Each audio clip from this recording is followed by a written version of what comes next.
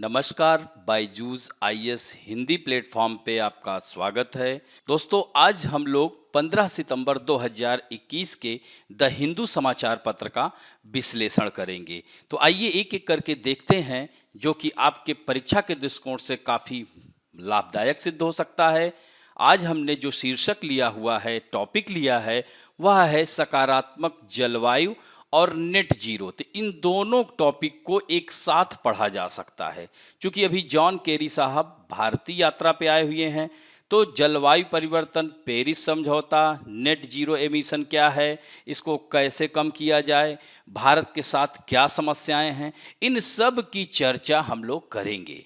क्योंकि John Kerry कह रहे हैं कि भारत उतना प्रतिबद्ध नहीं दिख रहा है। ऐसे में इन सारी बातों का हम लोग इसके तहत चर्चा करेंगे।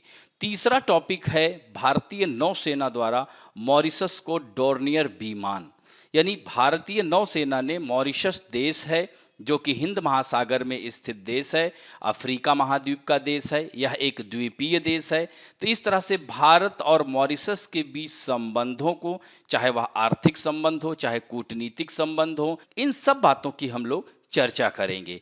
और चौथा टॉपिक होगा भारत में इलेक्ट्रिक वाहन जो बाजार है उसको और तेजी से कैसे बढ़ाया जाए, इलेक्ट्रिक वाहन के क्या लाभ हैं और इलेक्ट्रिक वाहन के निर्माता कंपनियां कौन कौन सी हैं, इसके लिए जो योजनाएं स्टार्ट की गई हैं उसमें सरकार सब्सिडी भी दे रही है। इन सब बातों का अध्ययन हम लोग इसके अंतर्गत करेंगे। और यह जो टॉपिक है, कह सकते हैं पांचवा टॉपिक, यह जो है भारत और ऑस्ट्रेलिया के बीच 2+2 संवाद, यानी इंडो पैसिफिक स्थिति में इन दोनों देशों की महत्वपूर्ण भूमिका को बताती हुई है। इसके साथ साथ भारत और ऑस्ट्रेलिया के संबंधों को, हालांकि 9 सितंबर के समाचार पत्र में भारत ऑस्ट्रेलिया संबंध को हम बहुत अच्छे से डिस्कस किए थे। और अंतिम जो टॉपिक लिया है, जम्मू और कश्मीर में वन अधिकार अधिनियम 2006 लागू हो गया।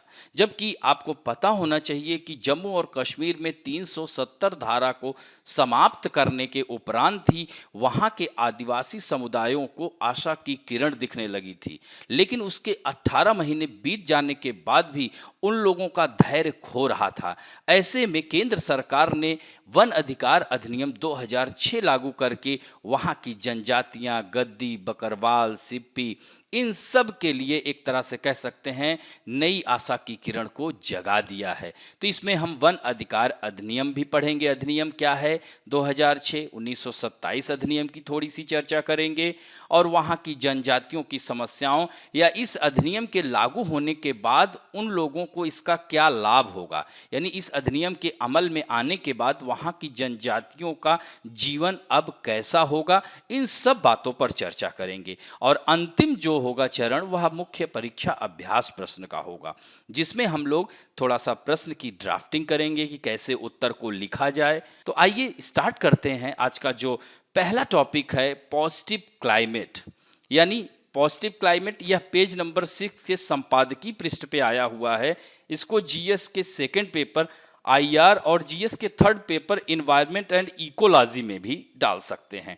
अब इसमें कैसे इन दोनों में डाल सकते हैं, चूंकि यह जलवायु परिवर्तन या भारत जो है नेट जीरो, जो शून्य कार्बन है, यह कह सकते हैं कार्बन न्यूट्रल की जो प्रतिबद्धता है, उसको 2050 तक या 2030 तक कितना कोशिश कर सकता है। क्योंकि भारत एक विकासशील देश है, प्रगतिशील अर्थव्यवस्था है। तो इन सब बातों की चर्चा करते हैं। तो अगर हम बात करते हैं कि इसमें अमेरिका क्या भारत के लिए कोई सीढ़ी बना रहा है या भारत के लिए इसमें मदद कर रहा है, तो इसको आईआर से भी हम कनेक्ट कर सकते हैं। और यहीं पर देखिए, no firm commitment from India on net zero. तो यानी कैरी का कहना है, जॉन कैरी साहब आए हुए हैं इंडिया, उन्होंने जो है यह बताया कि भारत उतना प्रतिबद्ध नहीं दिख रहा है। 2050 तक क्या भारत इस जो प्रतिबद्धता को पूरा कर पाएगा, इन सब के पीछे क्या कारण है, इन सब बातों की हम लोग चर्चा करते हैं। तो संदर्भ यही है कि सकारात्मक जलवायु और अमेरिका के साथ जुड़ाव से भारत को शमन, अनुकूलन कार्रवाई का विस्तार करने में मदद मिलनी चाहिए। यानी अमेरिका पूरी तरह से भारत के साथ है कि वह जो है पेरिस समझौते के तहत जो मानदंड हैं उनको पूरा करने में अमेरिका भारत के साथ सहयोग करेगा। और नेट जीरो पर भारत की ओर से कोई ठोस प्रतिबद्धता नहीं आ रही है, ऐसा जॉन केरी का कहना है। इवन अप्रैल माह में भी यही बात पर चर्चा उठी थी। तो इन सब के पीछे क्या कारण है, क्यों ऐसा हो रहा है? तो इसमें जो हुआ था, इसमें जो बैठक हुई, उस डायलॉग का शुभारंभ हमारे देश के पर्यावरण मंत्री जो हैं भूपेंद्र यादव, उन्होंने US India climate action and finance mobilisation dialogue का शुभारंभ किया। क्या हम 2050 तक शुद्ध शून्य संभव है या नहीं, इन सब बातों पर इस डायलॉग में चर्चा की गई। तो यह जो है यहाँ पर कई बिंदु निकल करके आ रहे हैं कि यह नेट जीरो क्या है यहाँ पर। अब इसमें थोड़ा सा विवरण को लेकर अगर बात करें तो चूंकि पूरी दुनिया ग्लोबल वार्मिंग को लेकर चिंतित है और यही कारण है कि अंतर्राष्ट्रीय बैठकें होती हैं। अभी नवंबर में ही COP26 की भी बैठक होने जा रही है। तो इन सब मुद्दों को लेकर पूरा विश्व चिंतित है और खासकर यूरोपीय देश नेट जो जीरो को लेकर के काफ़ी जो है सजग है और वह 2030-35 तक ही कई देश वहां पर नेट जीरो को कंप्लीट करने की कोशिश करेंगे। हालांकि इस नेट जीरो को लेकर भारत ने कुछ आपत्तियां भी जताई हैं। क्या अमेरिका चाहता है कि 2050 तक नेट जीरो के लक्ष्य को हासिल कर लिया जाए? और लगातार भारत के ऊपर वह यह बनाता रहता है दबाव कि वह करे, क्योंकि भारत विश्व का तीसरा सबसे बड़ा कार्बन उत्सर्जक देश है। तो इस तरह से साल 2015 में पेरिस जलवायु समझौता जो हुआ था उसके तहत यही कहा गया है कि 2050 तक हम जलवायु पर कवर कर सकते हैं। जलवायु परिवर्तन को रोकना बहुत आवश्यक है, नहीं तो इसके भयावह दृश्य देखने को मिलेंगे। तो यह सब बातें पेरिस जलवायु समझौते में की गई है कि इसके मानदंड को हम जल्द से जल्द पूरा करेंगे। लेकिन क्या इसमें जो है समस्याएं हैं, इन सब के बारे में, जैसे नेट जीरो इमिशन का मतलब क्या होता है? तो नेट जीरो इमिशन का मतलब ही है कि ऐसी अर्थव्यवस्था, यानी हम अपना विकास का पहिया इस तरह चला सकें जिसमें कि जीवाश्म ईंधनों का इस्तेमाल एकदम से खत्म हो जाए, यानी उसका कोई वैकल्पिक इंतजाम हम लोग करें जिससे कि सभी उद्योग उससे चल सकें। कार्बन उत्सर्जन करने वाली दूसरी चीजों का इस्तेमाल एकदम कम हो, नाम मात्र का हो, और जिन चीजों से कार्बन उत्सर्जन होता है उनको कार्बन सोखने के इंतजाम भी साथ में किए जाएं। तो नेट जीरो इमिशन का यही मतलब है, कह सकते हैं कि दूसरी चीजों का एकदम इस्तेमाल कम हो जिसमें कार्बन उत्सर्जन होता है, यानी एक ऐसी व्यवस्था तैयार करना है जिसमें कार्बन उत्सर्जन का स्तर लगभग शून्य हो। और इसकी वजह आईपीसीसी द्वारा, यानी यह क्यों ऐसा कहा जा रहा है, तो आईपीसीसी का मतलब क्या हुआ, inter governmental panel on climate change. इसे 1988 में इसको तैयार किया गया था, यह आया था अस्तित्व में और यह जलवायु परिवर्तन संबंधी रिपोर्ट तैयार करता है। तो उसने यह भविष्यवाणी की थी, इसके मुताबिक कहा था कि आने वाले सालों में अगर ठोस इंतजाम नहीं किए गए तो पृथ्वी का औसत तापमान बढ़ जाएगा और इस तापमान बढ़ोतरी को, कह सकते हैं इस बढ़ोतरी को 2 डिग्री से कम रखने के लिए नेट जीरो इमिशन जैसी व्यवस्था जरूरी हो जाती है। तो दोस्तों सोचिए, अगर तापमान बढ़ता है तो क्या होगा, इससे जो है ग्लेशियर्स पिघल जाएंगे।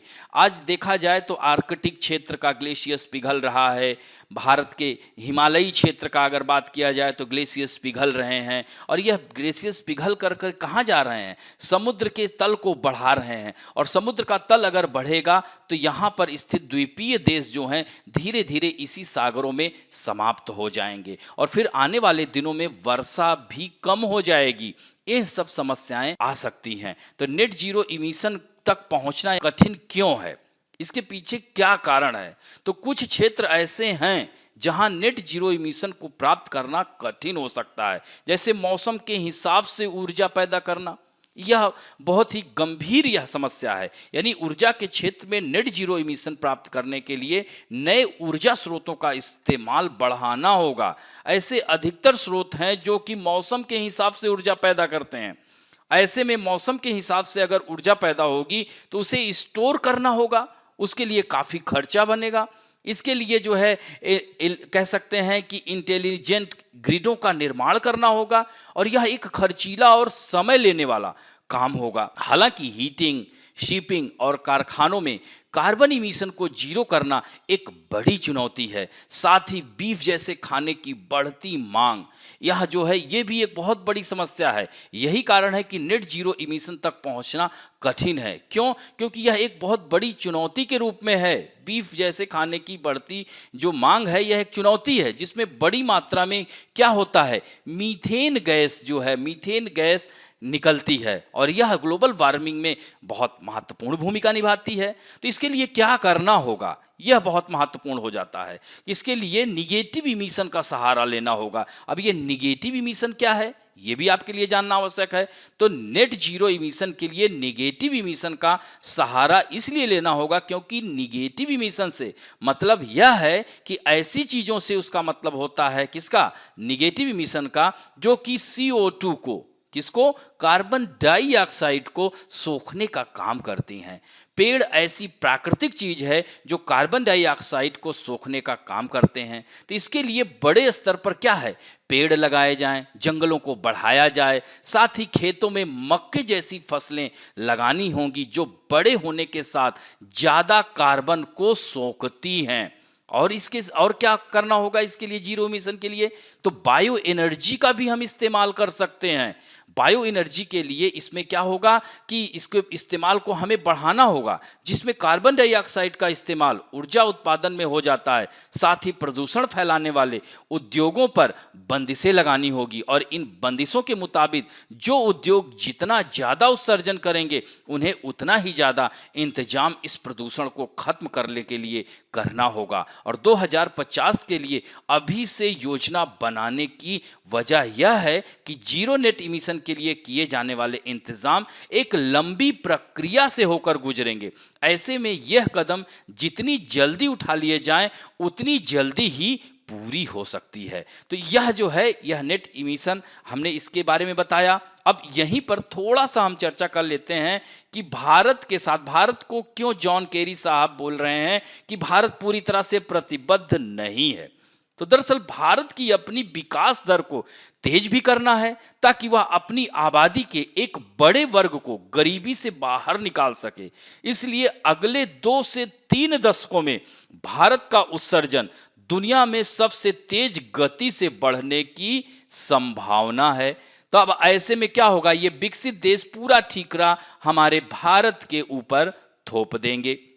तो इसके लिए वनीकरण या जंगल बढ़ाने या कोई अन्य उपाय करने से उत्सर्जन की भरपाई नहीं की जा सकती। साथ ही मौजूदा वक्त में कार्बन हटाने वाली अधिकांश तकनीकें या तो भरोसेमंद हैं या फिर काफ़ी महंगी हैं।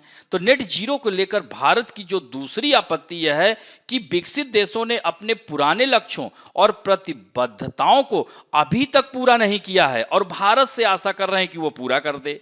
तो किसी भी प्रमुख देश ने क्योटो प्रोटोकॉल के तहत उन्हें सौंपे गए उत्सर्जन में कटौती के लक्ष्य को हासिल नहीं किया है।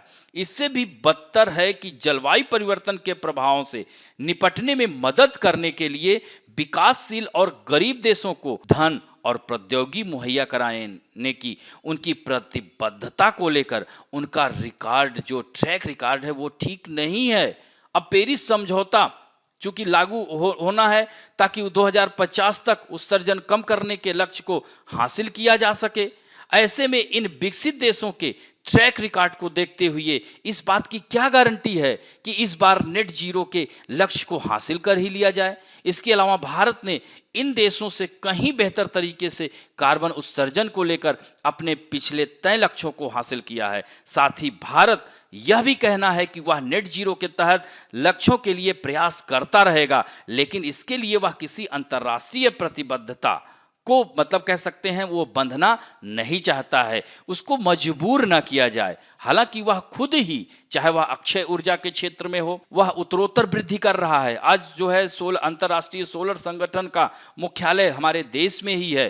पूरी तरह से पर्यावरण को ध्यान देते हुए भारत इन वैकल्पिक ऊर्जा के स्रोतों के विकास में लगातार लगा हुआ है। ऐसे में जॉन केरी का यह कहना कि भारत प्रतिबद्ध नहीं है, इस बात का खंडन करता है भारत। नेक्स्ट टॉपिक है Dornier aircraft given on lease to Mauritius by navy.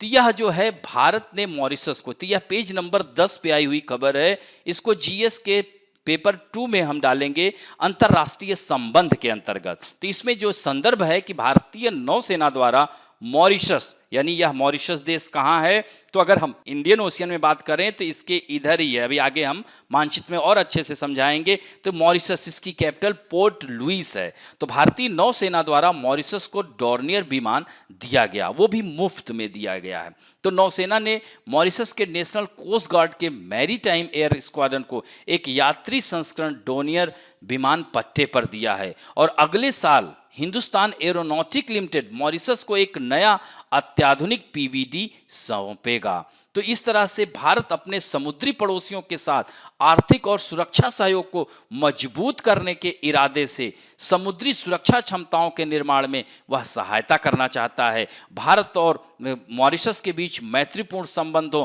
और नौसैनिक सहयोग पर जोर दिया जा रहा है और यही कारण है चूंकि भारत और मॉरिशस के बीच के जो संबंध हैं वह पहले से ही बहुत प्रगाढ़ रहे हैं। तो हिंद महासागर की भू राजनीति या कूटनीति को देखते हुए भारत और मॉरिशस के संबंधों को और आगे बढ़ाना होगा। तो इसमें जो महत्वपूर्ण बात है यही कि भारत मॉरिशस संबंध, भारत बड़ी तेजी से भारत की समुद्री कूटनीति के लक्ष्यों का यह जो मॉरिशस है अभिन्न अंग बनता जा रहा है। भारत और मॉरिशस के बीच बहुत पुराने संबंध रहे हैं। हमारे देश से गिरमिटिया मजदूर वहां पर जाकर बस गए और आज 40% हिंदू जो है वहां पर मॉरिशस में निवास करते हैं। इवन वहां का जो प्रधानमंत्री या राष्ट्रपति भी बनता है तो वह भारतीय मूल का बनता है। और इस तरह से प्राथमिक तौर पर देखा जाए तो मॉरिशस खुद एक छोटा सा विकासशील द्वीपीय देश है। तो मॉरिशस में भारत ने सुप्रीम कोर्ट की नई इमारत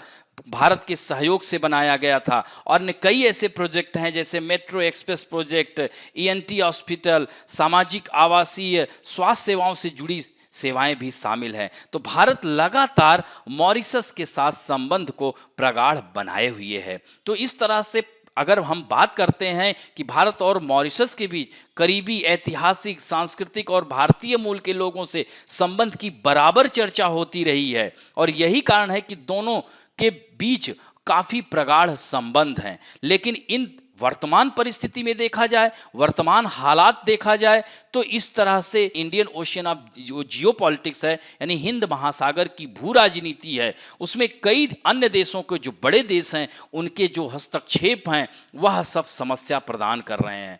तो इस तरह से कह सकते हैं कि भारत को मॉरिशस के सामने आज कितनी व्यापक चुनौतियां खड़ी हैं, इन सब का अंदाजा लगाने के लिए भारत को बारीकी से देखना होगा। यानी हम तभी समझ पाएंगे जो इनके पीछे कौन सी चुनौतियां खड़ी हैं। तो सबसे महत्वपूर्ण जैसे अगर हम बात करें तो मॉरिशस का छोटा आकार, अब मॉरिशस एक द्वीपीय देश है, छोटे देश की कई कमजोरियां होती हैं। तो यह राजनीतिक और आर्थिक रूप से ऐसी मुश्किलों के शिकार होते हैं जिनका बड़े देशों का कह सकते हैं सामना नहीं करना पड़ता। तो इस तरह से छोटे आकार के कारण द्विपक्षीय और बहुपक्षीय संबंधों में इन देशों के अंदर असुरक्षा का भाव पैदा हो जाता है। उन्हें लगता है कि अंतर्राष्ट्रीय एजेंडे पर वे अपना कोई प्रभाव नहीं डाल पाएंगे और वैश्विक माहौल पर भी उनके नजरिए का कोई असर नहीं होगा।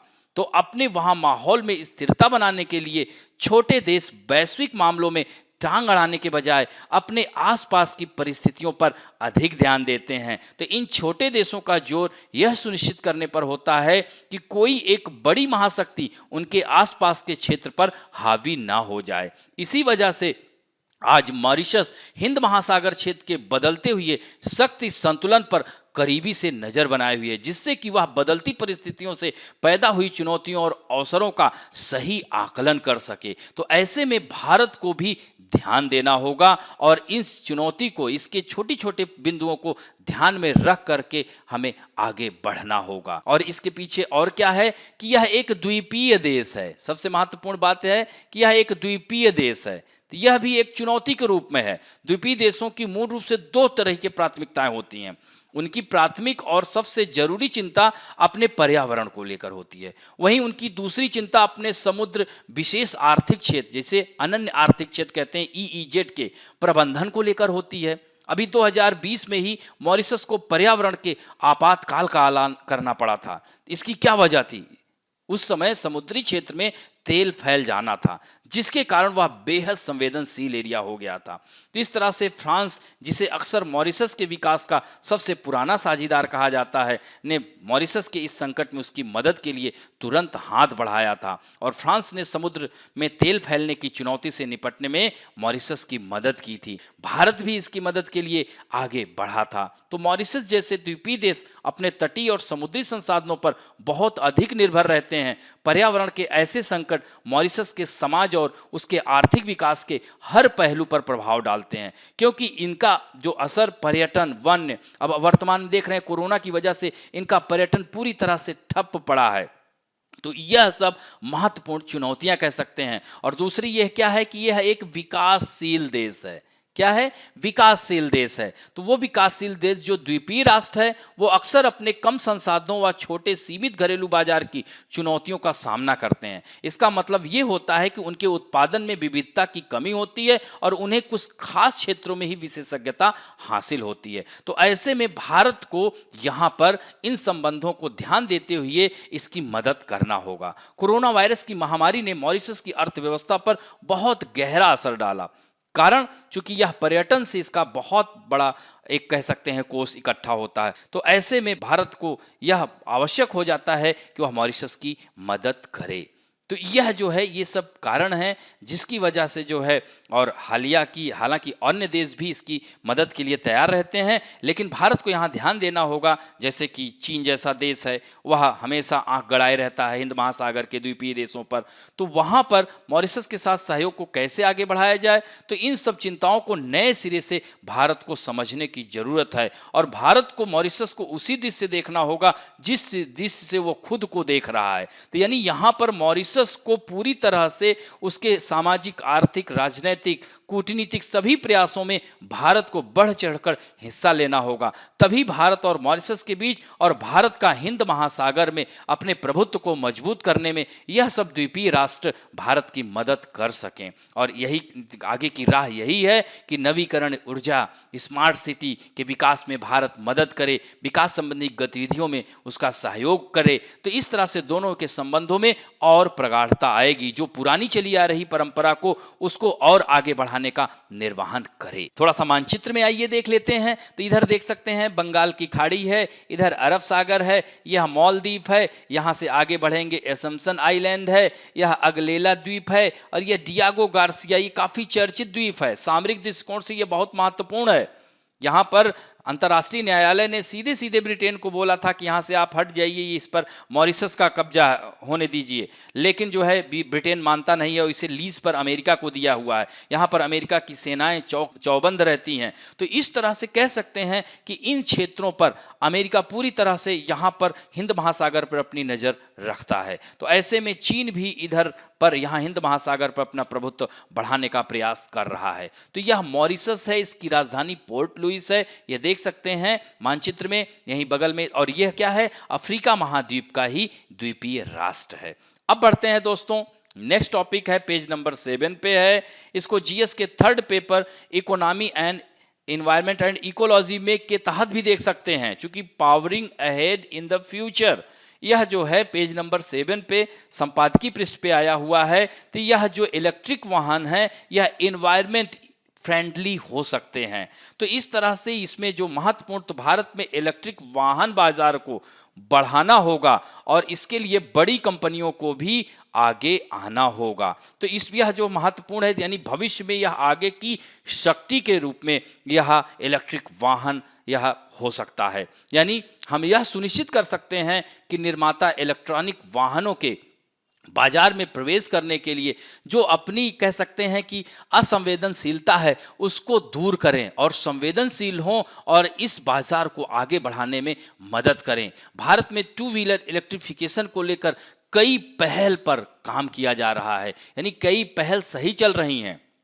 यानी भारत 2030 तक ई वाहन पर पूरी तरह से पुरजोर कोशिश कर रहा है कि सारे वाहनों को इलेक्ट्रिक वाहनों में परिवर्तित कर दिया जाए। तो सबसे पहले तो जो है सरकार ने हाल ही में इलेक्ट्रिक टू व्हीलर्स जो हैं उनके लिए फेम 2 प्रोत्साहन योजना को बढ़ाकर 15,000 प्रति किलोवाट घंटा कर दिया है। यानी यह पहले 10,000 था, यह सब्सिडी अब जो है 15,000 कर दी गई।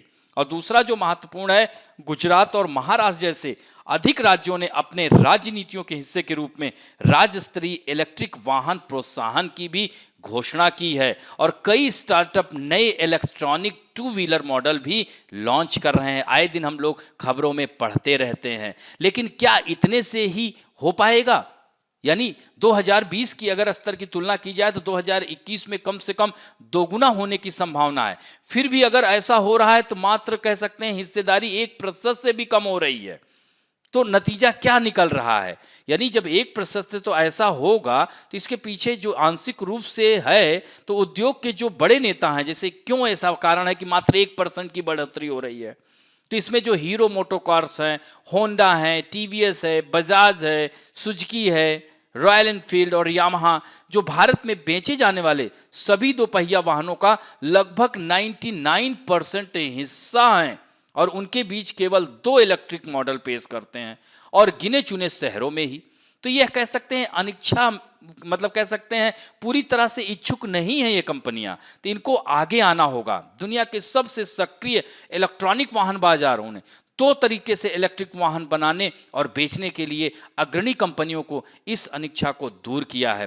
पहला, शून्य उत्सर्जन वाहन, यानी कह सकते हैं कि जीरो इमिशन व्हीकल क्रेडिट कार्यक्रम स्थापित करना है। इसके लिए वाहनों के निर्माताओं को यह सुनिश्चित करने की आवश्यकता होगी कि उनकी बिक्री एक निश्चित अंश ZEV यानी जीरो इमिशन व्हीकल है या उन निर्माताओं से ZEV क्रेडिट भारत इस तरह के कार्यक्रम की स्थापना कर सकता है और इस तरह से यह पर्यावरण अनुकूल भी होगा। और दोस्तों, इसमें जो चर्चा हुई है फेम 2, तो ये क्या है? तो भारत में दरअसल 2015 में ही इलेक्ट्रिक वाहनों के अपलिफ्टमेंट के लिए, इसको बढ़ाने के लिए faster adoption and manufacturing of hybrid and electric vehicle national electric mobility mission के तहत इस योजना को शुरू किया गया था। 2017 में इसको बढ़ा करके 2019 तक किया गया। फिर 2019 में फेम 2 योजना की शुरुआत की गई और एक तरह से कह सकते हैं पहले चरण की ही विस्तारित योजना है और इसका उद्देश्य यह कि इलेक्ट्रिक और हाइब्रिड वाहन को तेजी से अपनाना है और लोगों को इसको अपना करके देश के पर्यावरण और देश के संसाधनों को, जीवाश्म ईंधनों को बचाना है। आज पेट्रोलियम और डीजल की बढ़ती कीमतों को देखते हुए इन वाहनों के प्रयोग से इस पर जो है अंकुश लगेगा। तो यह योजना 1 अप्रैल 2019 से लागू की गई और इस योजना का जो कुल परिव्यय था 10,000 करोड़ रुपए। तो इस तरह से इस योजना को फिर 2022 में समाप्त होना था, लेकिन इसको बढ़ा करके 2024 कर दिया गया है। तो इसका सीधे असर क्या होगा? दोपहिया और तिपहिया सेगमेंट में इलेक्ट्रॉनिक वाहनों की बिक्री पर पड़ेगा और सरकार ने हाल ही में जो फेम 2 योजना में संशोधन किया है 50% बढ़ा करके 15,000 रुपए प्रति किलोवाट घंटा कर दिया है। तो इस तरह से दोपहिया वाहनों को जो जिनका रेंज सिंगल चार्ज में 80 किलोमीटर और टॉप सीट 40 किलोमीटर प्रति घंटा की होती है, तो यह मिलेगा। तो इससे इलेक्ट्रिक वाहनों से लाभ क्या मिलेगा? तो जीवाश्म ईंधन पर निर्भरता कम होगी, पेट्रोल डीजल पर निर्भरता कम होगी और इससे पर्यावरण सुरक्षित होगा, ग्रीन हाउस गैसों का इमिशन भी कम होगा। तो यह सब कह सकते हैं फायदे हैं। तो संक्षेप में यही कह सकते हैं कि इलेक्ट्रिक वाहनों के बाजार में जो निर्माताओं को अपनी अनिच्छा को दूर कर इन वाहनों के निर्माण में आगे आना होगा और इस तरह से विश्वसनीय तरीके से एक जनादेश के लिए उन्हें इलेक्ट्रॉनिक वाहन बनाने और बेचने की आवश्यकता को बढ़ाना होगा। दक्षता मानकों को सख्त और महत्वाकांक्षी बनाने के लिए इलेक्ट्रॉनिक वाहनों के निर्माण और बिक्री को सबसे अधिक लाभदायक बनाना होगा। तो इस तरह से यह इलेक्ट्रिक वाहन कितने आवश्यक हैं और आगे की राह क्या होगी? तो जब हमें ऊर्जा दक्षता ब्यूरो और सड़क परिवहन और राजमार्ग मंत्रालय के लिए 2025 में 2 वाट ईंधन खपत मानकों को 25 ग्राम कार्बन डाइऑक्साइड प्रति किलोमीटर और 2030 में 20 ग्राम कार्बन डाइऑक्साइड प्रति किलोमीटर निर्धारित करने की आवश्यकता है। ऐसा करने से न केवल 30% तक इलेक्ट्रिक टू व्हीकल हिस्सेदारी सुनिश्चित होगी और 2025 और 30 में यह 60% बढ़ जाएगी और इस तरह से भारत के लिए 2035 तक सभी दोपहिया सेगमेंट में पूरी तरह से इलेक्ट्रिक व्हीकल संक्रमण का मार्ग प्रशस्त करेगा। तो इस तरह से निर्माताओं के लिए ऐसा करने के लिए एक लागत प्रभावी विकल्प होगा और कार्बन डाइऑक्साइड मानकों को कड़े स्तरों पर निर्धारित किया जाए। तो यही आगे की राह होगी। अब बढ़ते हैं दोस्तों, नेक्स्ट टॉपिक है partner in Indo Pacific 2+2 dialogue between India and Australia. इसकी चर्चा हम लोग इसका कह सकते हैं कि बेस 9 सितंबर को ही किए थे। तो भारत ऑस्ट्रेलिया की 2+2 वार्ता 2+2 बैठक या 2+2 वार्ता क्या होती है ये भी बताया था कि विदेश मंत्री और रक्षा मंत्री दोनों अपने समकक्षों से आपस में चर्चा करेंगे और दोनों देशों के बीच संबंधों में और प्रगाढ़ता लाने का प्रयास करेंगे और दोनों देश शांतिपूर्वक समृद्ध हिंद प्रशांत क्षेत्र के अपने दृष्टिकोण को लागू करने के लिए कई कदम भी उठा रहे हैं। कई मुद्दों पर दोनों देशों के विदेश मंत्रियों और रक्षा मंत्रियों पर चर्चा हुई। तो इस तरह से भारत और ऑस्ट्रेलिया ने एक व्यापक रणनीतिक साझेदारी का एक वर्ष भी पूरा कर लिया और जिससे इस जो 2+2 वार्ता के बाद संबंधों में और प्रगाढ़ता गहरी हो गई। खुला कह सकते हैं समावेशी नियम आधारित हिंद प्रशांत क्षेत्र में दोनों देशों का स्थायी हित है। तो क्यों स्थायी हित है? क्योंकि जैसे चीन जैसा देश पूरी तरह से इंडो पैसिफिक रीजन पे अपनी आंख गड़ाए हुए है, तो ऐसे में ऑस्ट्रेलिया, अमेरिका, भारत, इन क्वाड देशों को भी इंडो पैसिफिक रीजन में यानी भारत ऑस्ट्रेलिया वार्ता के साथ साथ इन देशों को भी साथ लेकर के चलने की आवश्यकता है। तो इस तरह से 2+2 वार्ता मैं बता चुका हूं, इसे ध्यान रखेंगे। और यह इंडो पैसिफिक रीजन है, तो इसमें आप देख सकते हैं कि चीन को हम लोग अच्छी तरीके से घेर सकते हैं। ये साउथ चाइना सी वाली समस्या है, इसमें इंडोनेशिया, फिलीपींस, वियतनाम, ये सब देश चीन का विरोध कर रहे हैं। ऐसे में भारत ऑस्ट्रेलिया इन बात को आगे बढ़ाते हुए और इन देशों की भी सहमति से इंडो पैसिफिक रीजन पर अपनी प्रभुत्व को बढ़ा सकता है। तो भारत ऑस्ट्रेलिया के बीच संबंधों के बारे में भी हम चर्चा आर्थिक, राजनीतिक, शैक्षिक सभी प्रकार के संबंधों की चर्चा कर चुके हैं। हालांकि वर्तमान परिदृश्य में अगर बात किया जाए तो दोनों देशों के बीच दो तरफा का जो मूल्य था 2020 में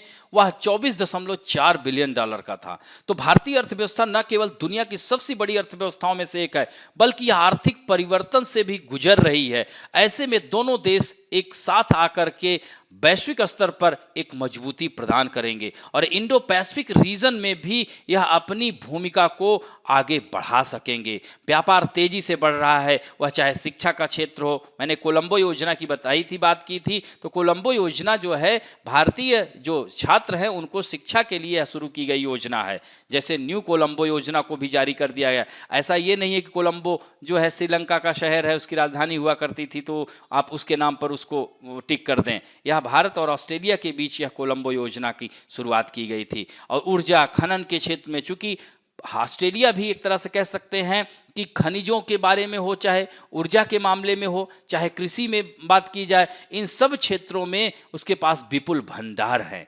आज उसके पास सोना, कालगुरली, कूलगार्डी, ये सब सोने की खाने हैं और उसके पास कोयला न्यू साउथ वेल्स में हंटर घाटी क्षेत्र में है और वीपा उसकी जो है विश्व की सबसे बड़ी बॉक्साइट की खान वहीं पर स्थित है। और वहीं पर आप देखेंगे मानचित्र में अगर हम बात करते हैं, यहाँ पर केप यार्क पेनिनसुला है और यहीं पर जो है ग्रेट बैरियर रीफ है और यहीं पर थोड़ा सा आगे बढ़ेंगे तो ये जो इसका जो कह सकते हैं पूर्वी भाग है, उत्तर पूर्वी तट, ये पूरा क्वींसलैंड और ये सब पूरा यह जो है कृषि के क्षेत्र के लिए, यह कृषि में आत्मनिर्भर है।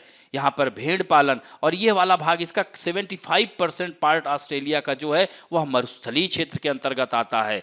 लेकिन फिर भी इसके पास खनिज विपुल मात्रा में है। यूरेनियम का विश्व में सबसे अधिक भंडार ऑस्ट्रेलिया के पास है। ऐसे में भारत और ऑस्ट्रेलिया को, और चाहे टेक्नोलॉजी की बात की जाए, आर्टिफिशियल इंटेलिजेंसी की बात की जाए, इन सब में भारत और ऑस्ट्रेलिया एक दूसरे के साथ कंधे से कंधा मिलाकर आगे बढ़ रहे हैं और दोनों देश दीर्घकालिक स्थायी आर्थिक संबंध बनाने के लिए भी काम कर रहे हैं। तो इस तरह से आगे की राह क्या है कि दोनों जीवित लोकतंत्र हैं जो अंतर्राष्ट्रीय कानूनों का सम्मान भी करते हैं, अंतर्राष्ट्रीय जो नियम कानून हैं उस पर अमल भी करते हैं और सभी राष्ट्रों की समानता में वह विश्वास करते हैं, भले ही उनका आकार और ताकत कुछ भी हो। तो इस तरह से यह 2+2 संवाद इस साझेदारी को और मजबूती प्रदान करेगा।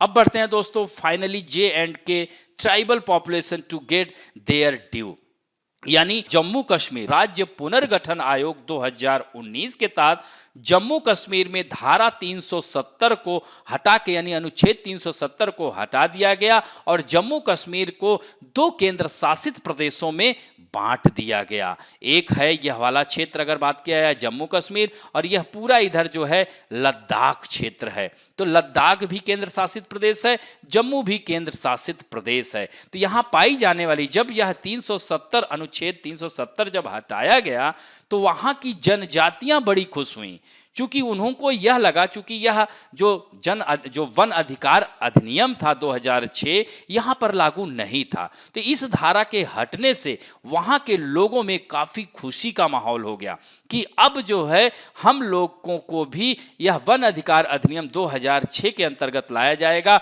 और हम अपने जीवन को अच्छे से व्यतीत कर सकेंगे। वहां पर गद्दी, बकरवाल, ये सब जनजातियां, गुर्जर, यहाँ पर वो मुस्लिम होती हैं याद रखेंगे, और सिप्पी जनजाति, तो इन सब जनजातियों को, हालांकि भारत के संविधान में जनजातियों के लिए जैसे शेड्यूल है अनुसूची 5 और 6 में अनुसूचित जातियों और जनजातियों के बारे में विशेष उपबंध किया गया है।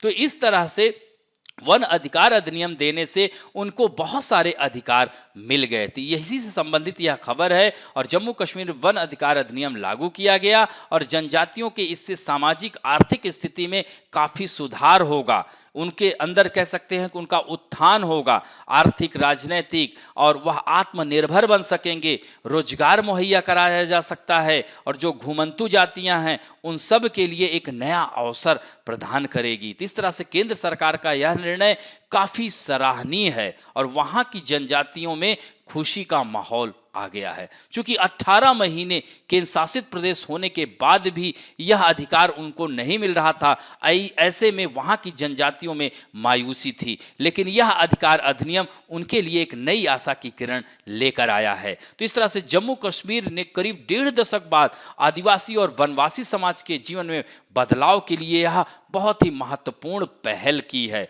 और इस पहल के तहत कह सकते हैं कि वहां की जनजातियों के लिए एक नया रास्ता खुल जाएगा। तो केंद्र शासित सरकार ने जो है वन अधिकार कानून अधिनियम 2006 को लागू करने का फैसला कर लिया। तो वहां पर घुमंतु, खानाबदोश समुदाय, जिसमें गुज्जर, बकरवाल, गद्दी और सिप्पी ये समाज शामिल हैं। तो इस तरह से इस फैसले के बाद से करीब 14 लाख लोग इससे प्रभावित होंगे और 14 लाख लोगों को इसका लाभ मिलेगा। क्योंकि क्या होता है, ये पहाड़ी क्षेत्रों में जब ज़्यादा ठंडक पड़ती है तो ये लोग इधर मैदानी क्षेत्रों की ओर आ जाते हैं, तो घुमंतु होते हैं, खानाबदोश होते हैं। तो इस तरह से इनके अधिकारों को समाप्त कर दिया गया था 1927 के अधिनियम के तहत। तो वन संपदा को लेकर अधिकार भी तय किए गए थे, तो इन सब अधिकारों से ये लोग वंचित थे। तो यह वन अधिकार कानून 2006 1927 में संशोधन करने के बाद, तो यह अंग्रेजों ने जो है भारत पर कब्जे के दौरान भारत की वन संपत्ति को अपने मनमाफी किया चला करके इस वन संसाधनों का, कह सकते हैं वन संसाधनों का दोहन कर रहे थे। ऐसे में पूरी तरह से जनजातियों का यह लोग मिसयूज किए, उनको कह सकते हैं कि धर्मांतरण किया, यह सब बहुत सारी घटनाएं उन्होंने किया। तो इस तरह से वन कानून जो 1927 के तहत वन संपदा को लेकर अधिकार भी तय किए गए, लेकिन इसका शायद ही कभी पालन किया गया। तो इसलिए इसका परिणाम हुआ यह कि आदिवासी और वनवासी समुदाय जो हमेशा से जंगलों पर निर्भर रहा है, बिल्कुल ही असुरक्षित हो गया, जंगलों को काट दिया गया और वो लोग नगरों की ओर भागे और नगरों में वह लोग बहुत ही दयनीय परिस्थितियों में जीवन जी रहे हैं। तो इस तरह से आज़ादी के बावजूद भी यह समुदाय पूरी तरह से अलग थलग रहा। तो आगे चलकर वन और वनवासियों के बीच के संबंधों को राष्ट्रीय वन नीति 1988 के तहत सहजीवी के तौर पर मान्यता दी और इस तरह से इस नीति की मूल भावना में जनजाति और वनवासी समाज को जंगल के संरक्षण, उसके सुधार और विकास में सहयोगी बनाया गया, और इस अधिकार अधिनियम 2006 को ला करके।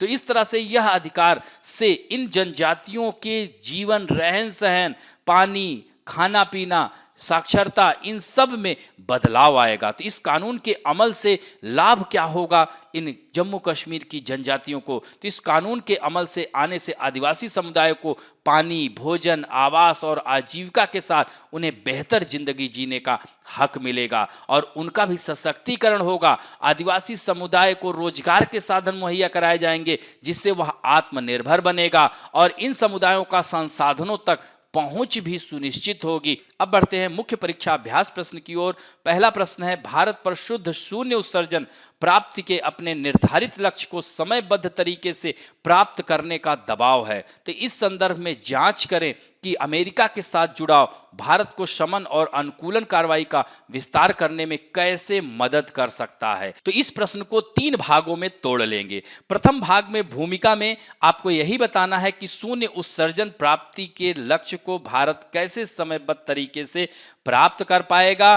फिर इसमें आपको शून्य उत्सर्जन यानी नेट जीरो है क्या, और इसकी पहल को मतलब नेट जीरो इमिशन को कैसे कंट्रोल किया जाए, इसको किसके सहारे से किया जाए, इन सब बातों को बताते हुए अमेरिका के द्वारा जो डायलॉग मतलब दोनों के बीच संवाद हुआ है, उन बातों को देते हुए अंतिम में सकारात्मक निष्कर्ष जरूर लिखें। और इसी तरह से दूसरा प्रश्न है, भारत और ऑस्ट्रेलिया के बीच 2+2 संवाद पहले से ही सार्थक साझेदारी को मजबूती प्रदान करेगा, विश्लेषण करें। इसको आप बहुत ही सुंदर तरीके से जो आज बताया और पिछली न्यूज में भी कुछ बातों को लेकर के इस उत्तर को लिखेंगे, बहुत ही सुंदर उत्तर निकल कर आएगा। और इसको आप लोग जरूर क्वेश्चन को लिख करके इसके उत्तर को जरूर चेक कराएं। तो इस तरह से आज का अंक यहीं पर समाप्त होता है। आशा करता हूं कि आज का भी क्लास आप लोगों को अच्छी लगेगी। और दोस्तों अच्छी लगे तो प्लीज लाइक, शेयर, सब्सक्राइब और बेल आइकन दबाना ना भूलें। धन्यवाद।